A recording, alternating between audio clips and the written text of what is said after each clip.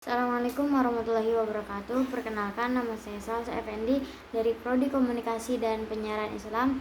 Di sini saya akan memenuhi tugas UTS teori-teori komunikasi yang diampu oleh dosen Pak Rohendi. Jelaskan apa yang dimaksud dengan 7 tradisi dalam ilmu komunikasi dan hubungannya dengan teori-teori dalam ilmu komunikasi. 7 tradisi dalam ilmu komunikasi yang diperkenalkan oleh Robert T. Chart merupakan kerangka kerja untuk memahami berbagai teori komunikasi. Setiap tradisi memiliki fokus dan pendekatannya sendiri untuk mempelajari proses komunikasi, dan teori-teori dalam tradisi tersebut saling terkait satu sama lain. Nah, ada 7 tradisi. Yang pertama itu semiotika, dan yang kedua fenomenologi, yang ketiga sibernetika, keempat sosiopsikologi, yang kelima sosiokultural, yang ke-7 itu kritis retorika. Nah, hubungannya yaitu bagaimana makna diciptakan dan diinterpretasikan dalam pesan, bagaimana individu mengalami dan memahami komunikasi, bagaimana informasi ditransmisikan dan diproses, bagaimana pengaruh individu dan kelompok dalam komunikasi, bagaimana konteks sosial dan budaya mempengaruhi komunikasi. Lanjut, pertanyaan selanjutnya, jelaskan apa yang dimaksud dengan konteks komunikasi dan hubungannya dengan teori-teori dalam ilmu komunikasi. Konteks komunikasi adalah latar belakang, situasi, atau lingkungan di mana komunikasi terjadi. Konteks ini dapat mempengaruhi bagaimana pesan dipahami dan diterima oleh komunikan. Nah, secara umum konteks komunikasi dapat dibagi menjadi 2 jenis. Yang pertama, konteks internal, dan yang kedua konteks eksternal.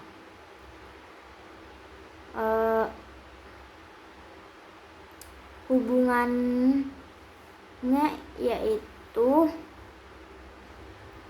konteks komunikasi memiliki hubungan yang erat dengan teori-teori dalam ilmu komunikasi.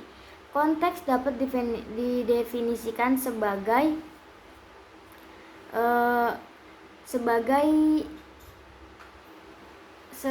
situasi atau keadaan di mana komunikasi terjadi dan memberikan latar belakang yang penting untuk memahami makna dan aktivitas komunikasi.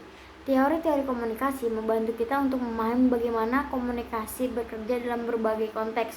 Dengan memahami konteks, kita dapat memilih teori komunikasi yang paling tepat untuk menganalisis dan menjelaskan situasi komunikasi tersebut.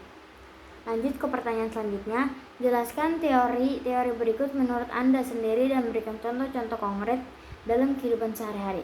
Yang pertama yaitu teori agenda setting. Teori agenda setting adalah teori komunikasi massa yang pertama kali diperkenalkan oleh Maxwell McCombs dan Donald Shaw pada tahun 1972. Teori ini menjelaskan bagaimana media massa memiliki kemampuan untuk mempengaruhi persepsi publik tentang isu-isu yang dianggap penting. Nah, adapun contohnya yaitu pemberitaan media massa tentang pemilu. Nah, menjelang pemilu, media massa biasanya akan lebih sering memberitakan tentang profil kandidat, visi misi partai, dan hasil survei. Hal ini menyebabkan masyarakat menjadi lebih fokus pada isu politik dan mulai memikirkan siapa yang akan mereka pilih dalam pemilu. Media massa juga dapat mempengaruhi opini publik tentang kandidat tertentu dengan cara memberitakan informasi tertentu secara lebih menonjol atau dengan menggunakan bahasa yang bias. Nah, selanjutnya teori media kritis. Teori media kritis berbeda dengan teori media lainnya. Tidak hanya menganalisis bagaimana media bekerja, tetapi juga mengungkap ideologi dan kekuatan tersembunyi yang mendasari pesan media.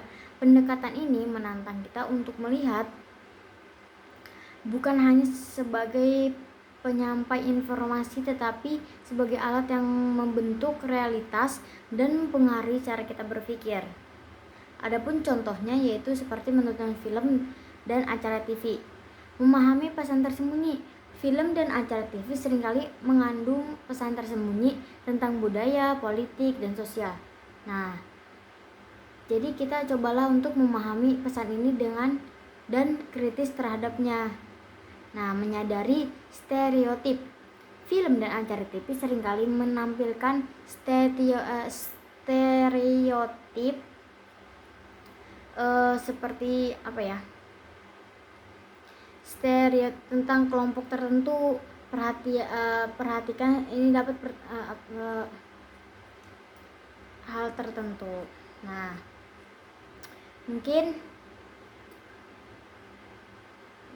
bisa jadi membandingkan dengan kenyataan. Nah, film dan acara TV seringkali menyajikan realitas yang tidak sesuai dengan kenyataan. Bandingkan dari situ kita harus membandingkan apa yang kita lihat di TV tersebut dengan realitas di dunia nyata. Lanjut, teori komunikasi 2 tahap. Nah, teori komunikasi 2 tahap yang dikemukakan oleh Paul Lazarsfeld, Bernard Bergson, dan Hazel Guandot di tahun 1944 menjelaskan bahwa penyebaran informasi dari media massa kepada khalayak tidak terjadi secara langsung, melainkan melalui 2 tahap. Nah, tahap pertama itu informasi mengalir dari media massa kepada pemimpin pendapat atau opinion leader. Pemimpin pendapat adalah individu yang dianggap memiliki kredibilitas dan pengetahuan yang lebih tinggi dalam suatu topik tertentu. Mereka cenderung lebih aktif mengonsumsi media massa dan lebih mudah terpengaruh oleh informasi yang disampaikan. Adapun tahap kedua, pemimpin pendapat menyebarkan informasi yang mereka dapatkan dari media massa kepada pengikutnya, opinion followers. Pengikut adalah individu yang mencari informasi dan nasihat dari pemimpin pendapat. Mereka cenderung kurang aktif mengonsumsi media massa dan lebih mengandalkan informasi dari pemimpin pendapat. Contohnya seperti tren gaya berpakaian. Nah, media sosial seperti Instagram atau Twitter atau TikTok. Nah, penuh dengan influencer yang memamerkan gaya berpakaian terbaru.